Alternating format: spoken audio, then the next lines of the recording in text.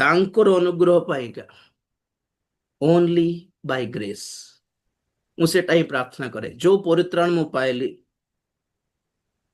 ଆମେ ଯୋଗ୍ୟ ବୋଲି ପରିତ୍ରାଣ ପାଇଲୁ କି? ନା ନା, ଆମେ ଶୁଣିଥିଲୁ ଅନୁଗ୍ରହ ଦ୍ୱାରା, ବିଶ୍ୱାସ ଦ୍ୱାରା ଅନୁଗ୍ରହରେ ପରିତ୍ରାଣ ପାଇଲୁ। ଏହା ଈଶ୍ୱରଙ୍କର ଦାନ। ଏଫେସୀ 2:7। ବିଶ୍ୱାସ ଅନୁଗ୍ରହ ଦ୍ୱାରା ବିଶ୍ୱାସ ମିଳିଲା, ଅନୁଗ୍ରହ ଦ୍ୱାରା ପରିତ୍ରାଣ ମିଳିଲା।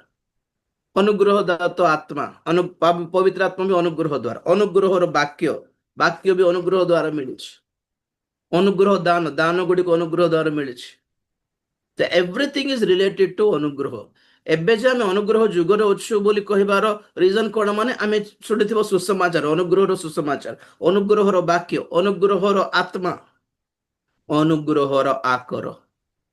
ଏବେ ବି ଏଇ ସବୁ ମିଳୁଛି ବୋଲି କହିଲେ ଏବେ ବି ଅନୁଗ୍ରହ ଯୁଗରେ ଅଛୁ ବୋଲି ଅର୍ଥ। ଏଇଟା ମିଳିବାର ଚାନ୍ସ ନଥିବା ଦିନ ଆସୁଛି। ତ ଅନୁଗ୍ରହ ମିଳିଲା ବେଳେ ଧରି କନେକ୍ଟେଡ ହେଇଯିବାର। ତ ଅନୁଗ୍ରହ ଯଦି ପାଇଗଲୁ, ଆଗମନ ବେଳେ ସ୍ପେଶାଲ ଅନୁଗ୍ରହ ଆଣିବେ। ପୁଣି ପଢିଥିଲା, ମନେ ଅଛି? ହଁ ସାର୍, ମନେ